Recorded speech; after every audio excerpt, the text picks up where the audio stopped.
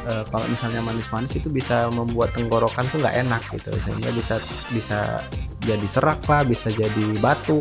Kira-kira makanan seperti apa sih Bang yang mungkin ideal untuk menjadi makanan sahur? Pas lebaran tolong jangan kalap, lebih kontrol diri untuk makannya gitu.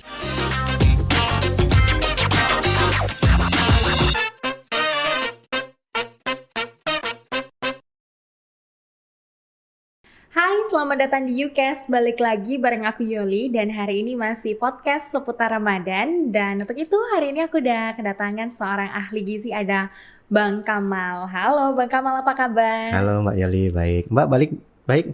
Alhamdulillah aku baik. Terima kasih banyak atas waktunya Bang Kamal hari ini udah mampir main-main ke Ulasan. Buat hari ini kita bakal share tips jaga gizi seputar Ramadan. Kira-kira kita bakal bahas itu nih Bang Kamal. Oke. Nah, tapi Bang Kamal sebelumnya aku tuh penasaran, apa sih perbedaan ahli gizi sama dokter gizi?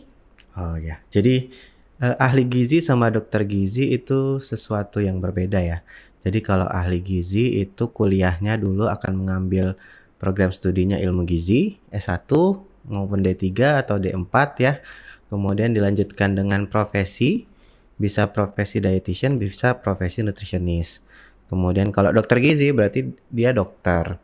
eh, S1-nya pendidikan dokter, kemudian melanjutkan profesi dokter, kemudian ambil lagi spesialis gizi klinik namanya. Jadi sehingga dia bisa disebut dengan dokter gizi. Nah, bedanya antara ahli gizi sama dokter gizi adalah ahli gizi lebih ke perubahan pola hidup sih, pola makan, pola hidup. Jadi kita tidak bisa untuk meresepkan obat, kita tidak bisa untuk melakukan tindakan-tindakan medis untuk diet dan sebagainya, tapi kita lebih ke saran bagaimana pola makan yang sehat gitu, bagaimana pola makan yang sesuai dengan kebutuhan dan kemampuan pasien, seperti itu Oke, Mbak. jadi kalau ahli gizi itu dia lebih seperti mengatur bagaimana menjaga pola hidup sehat, pola makan, tapi tidak bisa menyentuh ke ranah medis seperti meresepkan obat. Tapi Betul. kalau dokter gizi itu bisa masuk ke ranah medis, Iya, kayak gitu. jadi kan banyak tuh apa namanya tindakan-tindakan medis misalnya untuk yang obesitas misalnya dilakukan operasi lambung dan lain sebagainya itu kan bisa. Kalau kita nggak bisa. Oh, kayak bariatrik gitu ya? Iya, bariatrik. Oke, kalau ke ahli gizi itu lebih fokus ke bagaimana pola hidup dan juga pola makan. Betul Mbak Yul. Artinya kalau ahli gizi ini bisa bisa buat pola makan untuk diet gitu-gitu juga ya? Bisa, bisa. Memang ada kompetensinya untuk bukan meresepkan sih, apa sih namanya? Mengatur pola pola makan gimana sih pola makan kalau misalnya mau diet gitu ya. Pola makan untuk pasien ini, pasien itu kita sudah mempelajari dan Nah tadi kan disampaikan tuh sama Bang Kamal kalau ada date berapa gitu kan, kemudian ada dua tuh tadi nutritionist sama dietitian. dietitian, itu apa tuh perbedaannya? Ya, jadi intinya kalau nutritionist itu lebih ke asuhan gizi secara massal ya, jadi secara masyarakat. Jadi dia itu lebih ke sebenarnya promotif dan preventif. Jadi pencegahan dan promosi kesehatan. Sehingga kalau seorang nutritionist diharapkan bisa jadi ahli gizi masyarakat. Misalnya kerjanya di puskesmas, pembuatan program-program gizi, kemudian di dinas kesehatan juga gitu. Itu untuk yang nutritionist. Tapi kalau dietitian itu lebih ke kuratifnya. Jadi asuhan gizinya bersifat individu sesuai dengan kebutuhan kemampuan pasien gitu ya. Jadi kalau dietitian itu kerjanya biasanya di rumah sakit atau di klinik-klinik untuk mengatur diet secara individu seperti itu. Oke, jadi kalau dietitian tadi dia mengurus individu, tapi kalau nutritionist itu dia lebih diharapkan membuat campaign-campaign untuk massal ya, atau untuk masyarakat kayak gitu. Betul. Kalau Bang Kamal sendiri? Saya dietitian. Kebetulan saya juga lagi sekolah nih Mbak, sekolah dietitian. Jadi kan kalau dulu memang belum ada nih kekhususan itu, tapi kalau sekarang ada undang-undang terbaru, undang-undang kesehatan terbaru. Jadi kita harus sekolah lagi untuk profesinya. Jadi sekarang juga saya lagi ambil dietitian karena memang saya kerjanya kan di rumah sakit.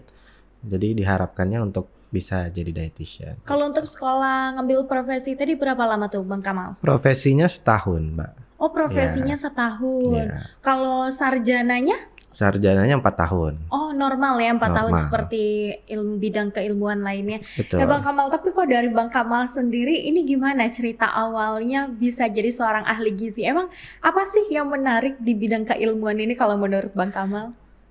Gimana ya?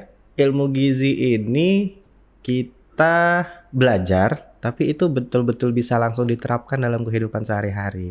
Jadi sebenarnya awalnya kenapa saya mau mengambil ilmu gizi adalah karena saya suka makan, Pak. Saya suka makan, jadi tertarik nih. Oh, kalau makan tuh gimana sih prosesnya di dalam tubuh kita? Terus Wah, apa sih makanan yang sehat, apa yang nggak sehat gitu ya misalnya ya. Terus kemarin juga salah satu motivasi saya untuk jadi ahli gizi adalah karena orang tua saya. Orang tua saya itu dulu didiagnosis dengan diabetes mellitus, penyakit gula ya. mm-mm. Jadi itu saya benar-benar dulu pas SMA nggak tahu nih harusnya makannya seperti apa, bagaimana makannya gitu kan. Nah, jadi saya juga pengen orang tua saya tuh tetap sehat dengan pola makan biar saya yang ngatur gitu. Jadi saya mau jadi ahli gizinya seperti itu. Oh, kalau boleh tahu S1-nya kemarin di mana? S1-nya di UI, Mbak. Oh, S1-nya di UI di bidang Iya, tadi ilmu gizi. ilmu gizi. Mm-mm. Nah, tapi kan Bang Kamal gini, kalau hari ini mungkin di media sosial kita udah melihat tuh banyak banget orang yang baik mereka berlisensi ataupun mungkin mereka adalah orang-orang yang memang melalui hal-hal tersebut kan. Pada akhirnya mereka sering nih berbagi tips bagaimana cara menjaga gizi, seputaran dan lain-lain. Nah, kalau dari Bang Kamal pada saat itu di zaman itu udah mulai banyak belum sih orang-orang kayak gitu? Dulu belum ya, Mbak. Kalau dulu ya, zaman-zaman saya dulu SMA itu bener-bener ya media sosial itu jarang sekali. Paling adanya Facebook ya. Itu pun jarang sekali yang melakukan edukasi kesehatan. Beda dengan sekarang yang memang edukasi kesehatan tuh di mana-mana. Kalau kita bisa buka TikTok aja itu banyak banget semua informasi yang kita pengen ada gitu ya. Banyak juga sekarang influencer-influencer kesehatan gitu ya. Baik itu dari praktisi kesehatannya maupun dari apa namanya? Yang sudah certified ataupun orang awam pun bisa berbagi. Tinggal kita masyarakat memilih mana informasi yang kira-kira tepat untuk kita gitu ya. Jadi itu sih, itu juga tantangannya ya. Kalau untuk dunia medsos sekarang ya, kita yang harus pandai memilih mana informasi yang tepat, mana yang kurang tepat, Kalau seperti itu. boleh kalau boleh tahu Bang Kamal saat ini sudah berapa lama nih menjadi seorang ahli gizi? Saya lulus kuliah itu di 2016, tapi baru bekerja di RSUD Raja Ahmad Tabib itu 2018. Oke, artinya sudah kurang lebih lumayan ya dari tahun Iya, 2018 tapi lulusnya dari 2016 hingga saat ini 2016. 2025. Iya. Tadi yang Abang sampaikan tuh di media sosial yang menjadi salah satu tantangan hari ini tuh adalah banyaknya orang mengedukasi tapi belum tentu mereka ini adalah praktisi. Kalau dari Bang Kamal sendiri ada kekhawatiran nggak sih sebenarnya melihat hal itu? Jujur ada kekhawatiran, karena apa? Karena terkadang yang bukan ahlinya itu, mendapatkan ilmu itu tidak berdasarkan penelitian atau jurnal gitu kan. Kadang-kadang mereka hanya nyomot di Google, tinggal search di Google kan misalnya, kemudian bikin konten. Sedangkan, eee untuk kita mendapatkan suatu informasi kan ada tingkat-tingkatan kepercayaan suatu informasi itu ya. Nah, yang paling terpercaya adalah penelitian dan jurnal. Sehingga kita ketika mau menjadi influencer kesehatan, ya kita harus tahu dulu sumber yang kita ambil tuh dari mana gitu. Apakah memang dari mulut seorang pakar doang atau misalnya memang dari jurnal atau penelitian-penelitian, seperti itu, Mbak. Tapi kan sudah lumayan lama nih berpraktek ya di rumah sakit. Ya. Pernah nggak pada akhirnya mungkin Bang Kamal bertemu dengan seorang pasien yang dia sakit karena salah dapet tips ataupun pola makannya dia mengikuti yang salah gitu? Banyak banyak sekali, Mbak. Banyak sekali yang, apa ya namanya ya, mispersepsi dengan, apa yang dimakan gitu. Terkadang misalnya ada pasien saya yang memang dia tuh takut betul-betul takut makan nasi gitu karena dia, apa namanya, karena dia Obesitas. misalnya bukan obesitas, diabetes. Nah, Oke. takut sekali makan nasi dan karbo lain, sehingga dia nggak makan mau makan aja takut gitu, apalagi dengar kata nasi itu benar-benar takut. Padahal kan sebenarnya kalau misalnya porsinya sesuai dan jenis karbohidratnya sesuai kan aman gitu. Sampai pasien tersebut mengalami malnutrisi karena benar-benar pengetahuan gizinya salah gitu. Dia cari di Google yang salah seperti itu. Tapi kalau menurut Bang Kamal hari ini orang-orang tuh udah mulai teredukasi belum sih ketika mereka merasa mereka butuhnya ini, mereka datang ke ahlinya atau gimana nih sekarang perkembangan tren orang yang berkunjung ke ahli gizi? Eh lumayan bagus sih sekarang trennya Mbak. Jadi memang orang-orang sekarang sudah lebih aware dengan kesehatannya, sudah lebih peduli, sudah lebih apa ya? Sudah lebih pengen mencari tahu lah lebih lanjut gimana sih cara memperbaiki kualitas hidupnya gitu. Sudah banyak sekarang yang memang menanyakan atau misalnya konsultasi terkait gizi, baik itu yang sehat maupun yang sudah didiagnosa penyakit ya gitu ya, seperti itu. Oke, jadi artinya orang sekarang udah lumayan Sudah lumayan aware. aware. Nah, tapi kan itu tadi di bulan-bulan biasa dan khususnya hari ini kita tuh lagi ada di bulan Ramadan, di mana pola makan kita kan jadi berbeda nih, Bang. Betul. Nah, itu gimana Bang terkait metabolisme di bulan Ramadan? Lalu seberapa penting sih sebenarnya kita aware terhadap makanan yang kita masukin ke dalam perut selama bulan Ramadan itu bergizi atau enggaknya? Iya, jadi kalau puasa sama nggak puasa tentunya metabolisme tubuh kita berbeda ya. Kalau misalnya nggak puasa, ketika kita makan itu yang di metabolisme tubuh kita adalah yang pertama itu adalah gula. Jadi misalnya nasi nih kita makan ya, nasi ini akan dipecah menjadi gula sederhana, itu yang akan langsung diserap tubuh kemudian diolah sebagainya untuk menjadi energi. Sedangkan kalau misalnya dalam keadaan puasa kan tidak ada yang kita makan nih, berarti nanti tubuh akan menyerap atau memetabolisme itu dari cadangan glikogen kita, glikogen atau misalnya cadangan lemaknya lah gitu ya, cadangan lemaknya diambil, dibakar, kemudian dijadikan energi gitu. Nah, jadi di situ kenapa puasa ini sangat dianjurkan karena ya itu tadi biasanya kita makan makanan yang langsung diserap, kemudian kalau misalnya kelebihan itu yang disimpan di dalam tubuh sebagai lemak gitu ya, cadangan lemak. Nah, kalau kita puasa ya lemaknya itu betul yang dibakar gitu ya, lemak yang cadangan lemak kita ini yang dibakar untuk dijadikan energi karena tidak ada makanan yang masuk. Nah, tapi nanti ketika buka puasa jangan berlebihan gitu. Nanti kan apa yang sudah dibuat oleh tubuh ini akan sia-sia kalau misalnya kita makan berlebihan, apalagi yang tinggi gula, garam, lemak ya. Itu nanti akan makin banyak lagi cadangan lemaknya kan, ya, sedangkan yang dibakar gitu. Jadi tidak balance antara yang masuk dan yang keluar. Oke, jadi artinya di bulan Ramadan ini sebenarnya metabolisme kita dengan adanya puasa itu justru lebih bagus ya, Justru Bang? lebih bagus, lebih fleksibel. Jadi dia bisa melakukan pembakaran lemak tadi gitu. Sedangkan kalau biasa itu susah karena kita makan terus ya yang dari makanan itu yang dibakar duluan kan. Sedangkan lemak kita ya terus numpuk kalau misalnya apalagi makannya berlebihan gitu. Dan tidak olahraga juga. Dan tidak olahraga, betul. Nah, kalau untuk selama bulan Ramadan kayak gini, tadi sempat Abang sampaikan gitu kan, bagus nih sahurnya karena setelah sahur lalu dicerna oleh tubuh dan lemaknya juga ikut terbakar menanti sampai malam. Nah, tapi nanti malam pas buka jangan kalap kan, Iya, gitu betul, ya. betul. Itu yang benar. Nah, tapi yang menjadi pertanyaannya tuh gini Bang, kadang orang-orang itu tuh males loh Bang untuk sahur, lalu pada akhirnya buka aja. Itu gimana? Boleh nggak sih sebenarnya untuk tubuh tuh gimana kondisinya? Jadi kalau misalnya sahur aja tentunya kebutuhan gizi hariannya kurang memenuhi ya. Misalnya kebutuhan Mbak Vina ini 1.500 kalori. Kan kalau misalnya buka saja tidak mungkin sampai 1.500 kalori ya, gitu kan. Kecuali memang ya Mbak Vina makannya yang betul-betul tinggi gula sehingga kalorinya ya dari gula gitu kan. Itu kan nggak bagus juga sebenarnya gitu. Nah, makanya dianjurkannya sebenarnya makannya ya dalam sehari tetap 3 kali sehari dengan porsi-porsi yang disesuaikan gitu dibandingkan dengan makan biasa gitu. Oke, kemudian kira-kira makanan seperti apa sih Bang yang mungkin ideal untuk menjadi makanan sahur? Karena kan biasanya ada tuh contohnya takut lapar, akhirnya makan Mhm, nasinya dibanyakin. Itu mhm. gimana? Ya, jadi kalau misalnya sahur yang diutamakan adalah makanan-makanan yang tinggi serat.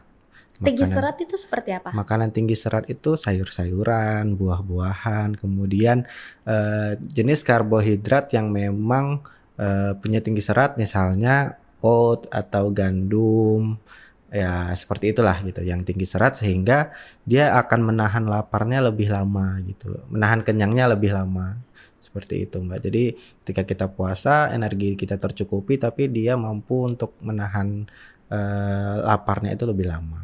Oke, jadi untuk, sahur itu disarankan adalah makanan-makanan yang tinggi serat. Iya, tapi tetap harus lengkap sih, tetap harus ada proteinnya, kemudian cari sumber karbohidratnya berarti yang tadi tinggi serat, kemudian ada sayur buahnya gitu. Buahnya kan bisa kurma juga kan dianjurkan ya, Oke, gitu. jadi meskipun ngantuk tapi porsinya harus tetap stabil ya Bang ya, harus lengkap Betul, juga. harus lengkap. Nah, kalau yang untuk dihindari apa Bang? Boleh nggak sih makan Indomie pas sahur?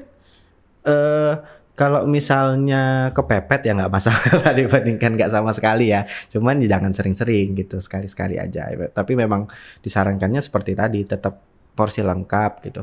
Kalau mau Indomie pun kalau bisa ya tetap ada telurnya, tetap ada misalnya sayur-sayurannya di dalamnya, sehingga nggak cuman karbohidrat aja yang ada di situ, ada tambahan proteinnya, ada tambahan, untuk serat dan vitamin mineralnya, seperti itu. Tapi Bang, kalau ada tuh, kalau misalnya sahur katanya gini, jangan minum teh nanti siangnya haus. Terus kalau misalnya pas sahur jangan makan yang asam-asam nanti asam lambungnya kumat siang-siang. Emang itu benar ya? Ya secara teori kasarnya sih bener ya, karena teh manis itu kan ada kandungan gulanya lumayan. Nah, Oh, gula sederhana yang kita minum itu akan cepat sekali, diserap oleh tubuh. Sehingga ketika kita minum, teh manis gitu ya, itu akan cepat lapar karena oh itu dia ada benar bener, mitosnya. bener. Bukan mitos ya, berarti info yang beredar di Iya, karena masyarakat. kita memang menghindari untuk mengkonsumsi karbohidrat sederhana ketika sahur. Eee, bukan sama sekali nggak boleh ya gitu ya, cuman kalau misalnya yang dikonsumsi hanya karbohidrat sederhana ya dia bikin cepat lapar karena gula itu benar-benar ketika masuk tubuh langsung diserap gitu, Mbak, cepat sekali langsung menaikkan kadar gula darah. Banyak nih yang nggak paham karbohidrat sederhana itu apa sih Bang? Karbohidrat sederhana itu gula. Jadi kan, nasi itu termasuk karbohidrat kompleks, jadi ketika kita makan itu akan dipecah lagi jadi, karbohidratnya glukosa, fruktosa, sukrosa gitu ya. Hmm. Nah di situ tuh, jadi itu nanti yang akan diserap tubuh karena kan kalau misalnya nasi itu harus dipecah dulu gitu, jadi Jadi kalau misalnya kayak minum teh untuk sahur itu tidak disarankan ya Bang ya? tidak disarankan. Lebih baik ya air putih aja gitu, air putih sama makan lengkap, sama kurma deh misalnya. Nah, kan, anak-anak usia perkembangan kan juga banyak ya mengikuti Mhm, puasa kayak anak-anak SD, anak SMP di mana mereka tuh masih masa pertumbuhan. mhm. Terus gimana mereka tetap menjaga gizi agar sebulan menjalankan puasa, gizi mereka baik dari itu yang biasanya mereka minum susu itu tetap terpenuhi. Itu seperti apa tuh? Oh iya, tadi air putih harus kita bagi ya yang pertama. Air putih itu wajib, tetap sama misalnya 8 gelas sehari, misalnya pas buka dua gelas, kemudian pas sebelum tarawih 1 gelas, setelah tarawih 1 gelas, kemudian, sebelum tidur 1 gelas, misalnya sama, pas sahur itu 2 sampai 3 gelas boleh gitu ya. Terus yang kedua makannya ya tetap harus, diatur kalau bisa sesuai sama kebutuhannya gitu ya. Jadi makan pas sahur, makan pas buka, makan mungkin bisa pas setelah tarawih, tapi nanti dijarakkan waktu tidurnya, seperti itu. Jadi tetap 3 kali makannya sehari, kemudian dan jangan berlebihan untuk, gulanya. Kita harus perhatikan asupan gula ya. Jadi minuman-minuman manisnya misalnya cukup, 1 gelas saja ketika buka gitu ya, kan memang buka kan memang disarankan untuk minum minuman manis untuk mengembalikan gula darah ya. Jadi itu paling. Oke, itu tadi untuk sahur ya. Mhm, Hindarilah gula karena gula itu langsung diserap oleh tubuh pada akhirnya langsung cepat merasa haus. Itu tadi Bang. Tapi kalau untuk buka, kita setiap mau buka puasa nih selalu melihat nih banyak banget bazar jajanan Ramadan dengan es warna-warni. Mhm. Sebagai seorang ahli gizi ada juga gorengan. Mhm. Khawatir nggak? Khawatir nggak khawatir sih Mbak, karena yang pertama khawatirnya adalah itu minuman manis. Kalau misalnya masyarakat tidak teredukasi, itu ya minumnya ya kalap gitu kan sebanyak-banyaknya gitu. Padahal ya 1 gelas aja sebenarnya cukup gitu. Nggak usah yang terlalu kalap beli ini beli itu ya gitu. Nanti langsung ketika buka seperti balas dendam gitu ya, langsung kalap makan semuanya gitu. Nah, jadi memang kontrol tubuh, kontrol pikiran untuk menahan untuk yang seperti itu tuh yang harus ditekankan Jadi gitu. kalau untuk menu berbuka itu seperti apa sih yang idealnya versi seorang ahli gizi? Contohnya aja deh, Bang Kamal kalau pas buka puasa biasanya makan apa? Pas buka puasa tentunya bukanya dengan kurma ya, karena kurma itu benar-benar buah yang punya kadar gula tinggi tapi seratnya juga tinggi sehingga dia bisa menetralkan gula darahnya di dalam tubuh gitu. Jadi memang seperti yang Rasulullah sarankan juga kurma. Kurma itu ketika buka itu yang harus dimakan duluan. Boleh 1, boleh 3, boleh 5 sesuai dengan ini tapi jangan lebih dari 5 lah kalau bisa. Maksimal 5 gitu. Setelah itu kalau mau minum manis boleh tapi jangan berlebihan. Minum manis boleh. Misalnya minum teh manis atau misalnya minuman manis lainnya boleh gitu. Kemudian kalau mau makan kue pun boleh, cuman ya paling maksimal 2 biji lah gitu ya. Kemudian sholat maghrib, setelah itu baru makan lengkap. Setelah sholat maghrib makan lengkap sebelum tarawih ya. Makan lengkap, tetap ada sumber karbohidratnya, proteinnya, kemudian sayur buahnya gitu ya.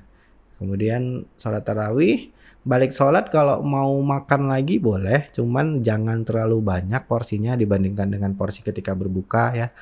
Porsinya sedikit aja dan utamakan protein dan sayur buahnya. Mungkin karbohidratnya bisa sedikit aja. Setelah itu bisa dikasih jeda waktu sebentar, jangan langsung tidur setelah makan. Kasih jeda waktu sebentar, baru istirahat. Kemudian bangun sahur. Bangun sahur ya makan lengkap lagi gitu. Nah untuk jeda itu tuh sekitar berapa lama sih Bang? 1 jam? Kalau bisa sih minimal 2 jam. Tapi ya kalau misalnya sudah ngantuk sih 1 jam lebih dikit boleh lah. Nah Gitu. tapi itu banyak loh Bang ternyata yang abis sahur langsung tidur. Itu kira-kira Mm-mm. apa dampak ke tubuh tuh Bang? Jadi kan kalau misalnya kita makan kan bukan berarti itu ketika kita makan langsung diserap semuanya, kan butuh proses nih, Heeh. butuh proses pencernaan dan lain sebagainya gitu ya. Nah kalau kita misalnya langsung tidur, ketika kita tidur itu proses di tubuh kita itu akan melambat, tidak secepat ketika kita bangun gitu. Jadi ketika prosesnya melambat, penyerapan makanan yang tadi itu akan kurang maksimal, akan lebih banyak disimpan jadi lemaknya dibandingkan dibakarnya.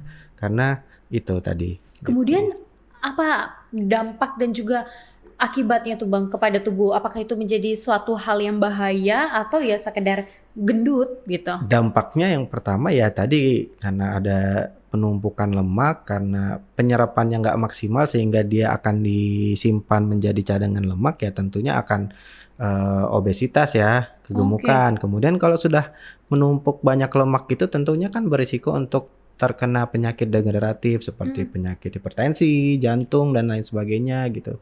Diabetes itu pasti berisikonya lebih tinggi pada orang yang punya cadangan lemak yang tinggi gitu. Oke, itu jadi bahayanya Bahaya, makan langsung langsung tidur. tidur. Meskipun terlihatnya sepele tapi dampaknya nggak main-main ya Bang. Betul. Nah, terus ada lagi nih Bang. Ini kira-kira kayak bukan informasi, tapi apa jatuhnya? Mitos mungkin ya. Ya, Katanya gini, kalau misalnya puasa jadi imunitasnya rendah, nanti tiba-tiba sore udah kodok gitu kan. Iya nih kebanyakan minum es. Nah, artinya kalau kayak gitu hari-hari biasa kita juga minum es, tapi mm-mm. apakah itu imunitas tubuh menurun? Tidak.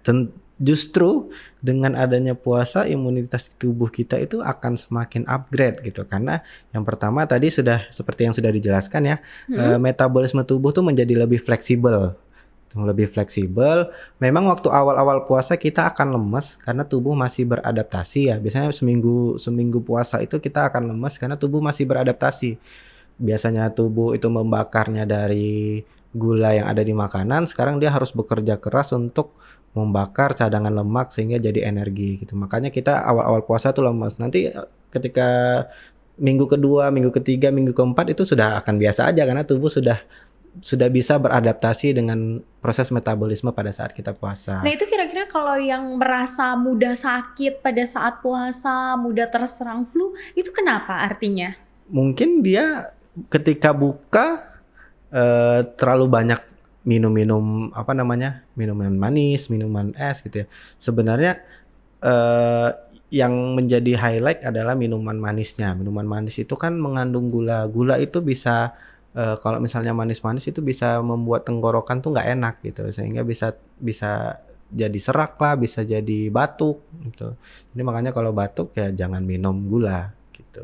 Oke, jadi bukan karena imunnya turun, karena Kan. puasa jangan ditunggalin ya. Iya, jangan jadi menyalahkan puasa gitu. Iya. Padahal yang salah dirinya sendiri tidak mengatur pola makan dengan baik pada saat puasanya. Oke, jadi puasa pun lemesnya hanya di awal karena setelah itu metabolisme tubuh tuh bakal terbiasa juga ya Bang Iya, Kamal tubuh ya. akan beradaptasi. Nah, selain itu Bang Kamal, banyak juga orang yang mengeluhkan pada saat puasa itu pencernaannya. Mm-mm. Pencernaannya maaf ya, mulai dari sulit BAB, lalu karena kekeringan gitu, pada akhirnya ada juga yang buang air kecilnya itu jadi susah juga tuh Bang Kamal. Itu gimana?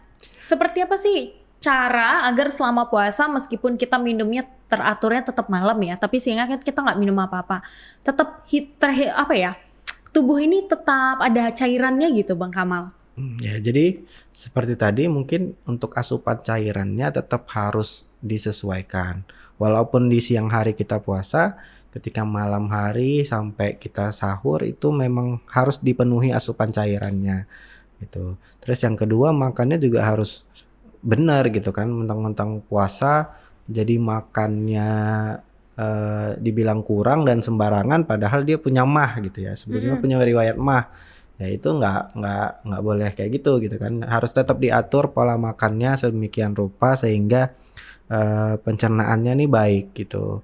Kalau misalnya sulit BAB mungkin dia kurang serat gitu kan, kurang serat, kurang sayur, kurang buah. Ketika ketika sahur, ketika buka dia tidak mengkonsumsi sayur atau buah gitu kan, itu bisa jadi gitu. Jadi memang sebenarnya puasa sama nggak puasa sebenarnya tidak begitu berpengaruh, kecuali ya yang punya kondisi medis tertentu yang mengharuskan untuk tidak usah puasa dulu, itu baru berdasarkan pendapat dokter juga ya kalau itu ya untuk puasa atau enggaknya. Tapi kalau misalnya orang sehat ya puasa sama nggak puasa sih sebenarnya ya sama aja, cuman kita kita ganti aja jadwal makan kita yang dari siang itu dijadikan ke malam. Itu malah lebih sehat itu kalau misalnya untuk orang yang sehat. Tapi Bang kalau misalnya buang air besarnya yang Mhm. biasanya setiap hari tapi tiba-tiba menjadi 2 hari sekali, yang kayak gitu masih wajar atau seperti apa? Kalau misalnya 2 hari sekali masih wajar, kecuali tidak buang air besar selama seminggu lebih itu baru harus diperiksakan kembali. Tuh, kalau Nah, misalnya cuma 2 hari sekali itu masih bisa toleransi lah gitu. nah, kemudian kan banyak juga karena pada akhirnya seharian mereka puasa, ini bagi yang suka olahraga ya. Pada akhirnya hidup yang karena kan di bulan-bulan biasa mereka olahraga nih. Nah, di bulan puasa capek lah kalau Mhm. siang. Dipindahin ke malam olahraganya atau mungkin dari Bang Kamal tuh ada nih saran seperti apa sih di bulan Ramadan kita tetap bisa berolahraga? Kalau misalnya olahraga itu tetap harus ada ya, disesuaikan aja sama kondisinya gitu. Tapi saya lebih menyarankan 1 jam sebelum buka. 1 jam sebelum buka itu karena yang pertama perut kita kosong ya, perut kita kosong sehingga tubuh akan membakar yang tadi cadangan lemak untuk dijadikan energi.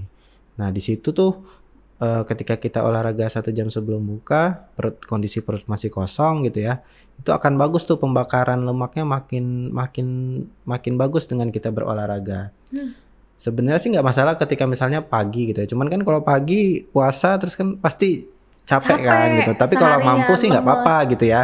Kalau mampu ya nggak masalah kapan aja. Yang penting olahraga.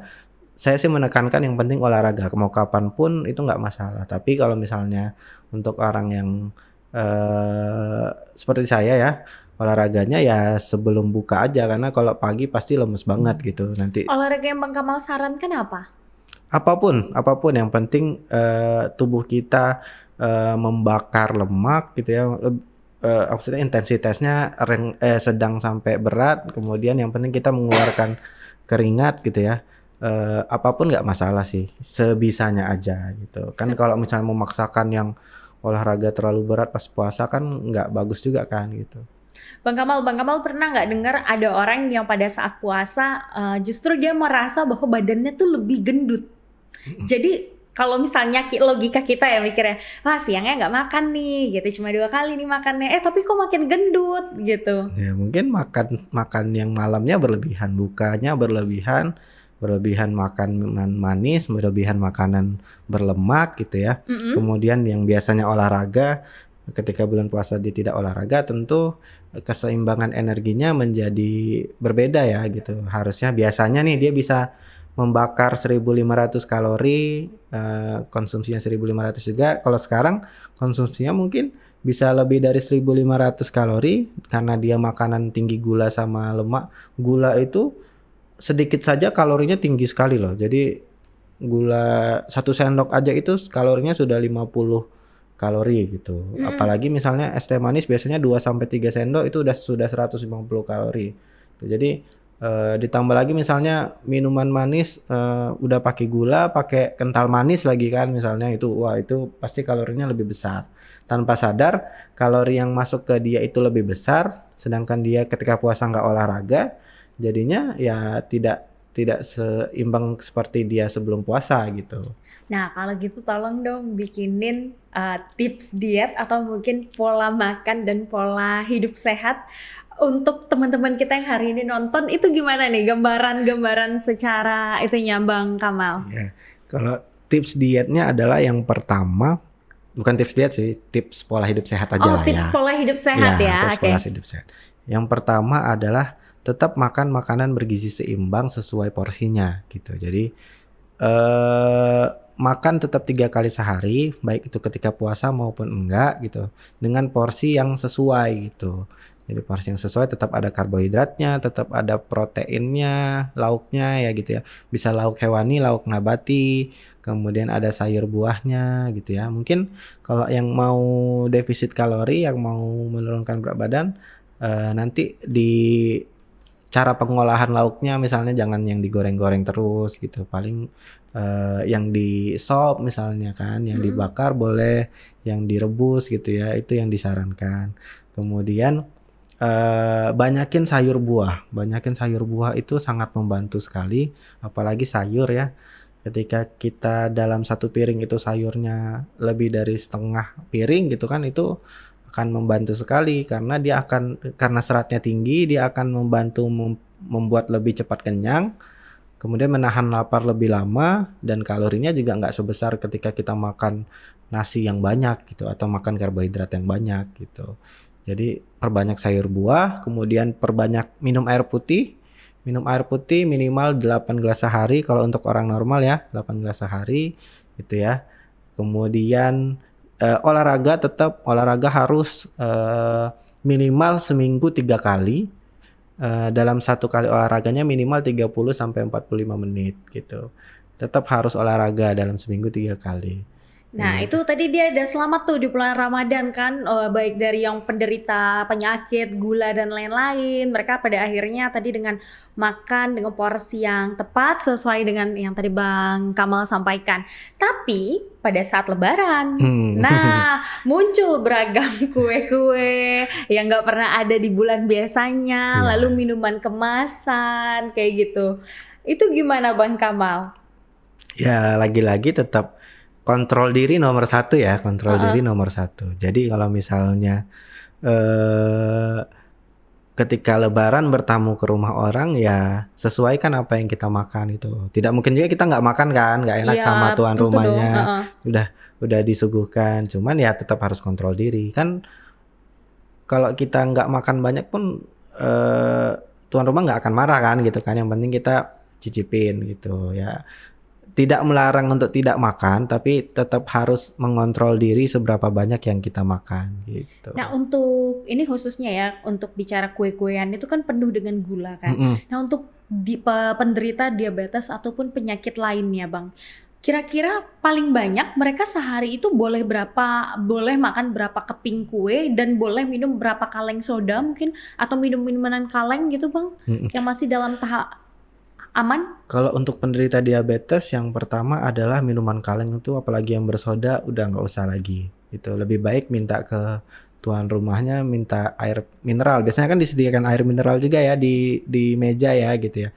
Mending itu aja gitu karena ya kalau punya diabetes pasti tuan rumahnya ngerti lah kalau misalnya kita nggak minum apa yang disuguhkan minuman kaleng apalagi yang bersoda gitu ya. Karena itu cepat sekali meningkatkan gula darah kalau itu. Jadi memang sama sekali untuk minuman kaleng apalagi bersoda untuk pasien diabetes itu tidak disarankan sama sekali. Kalau bisa dihindari, nggak usah.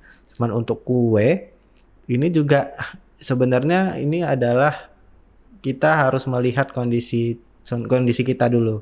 Pasiennya harus tahu seberapa misalnya biasanya kontrol gula darahnya seberapa gitu ya, gula darahnya apakah sering dicek apa enggak, kemudian biasanya kalau gula darahnya ngedrop atau gula darahnya naik apakah langsung muncul tanda gejala, biasanya kan ada gitu ya tanda gejala misalnya langsung pusing atau apa gitu, itu harus di ini. Cuman kalau secara umum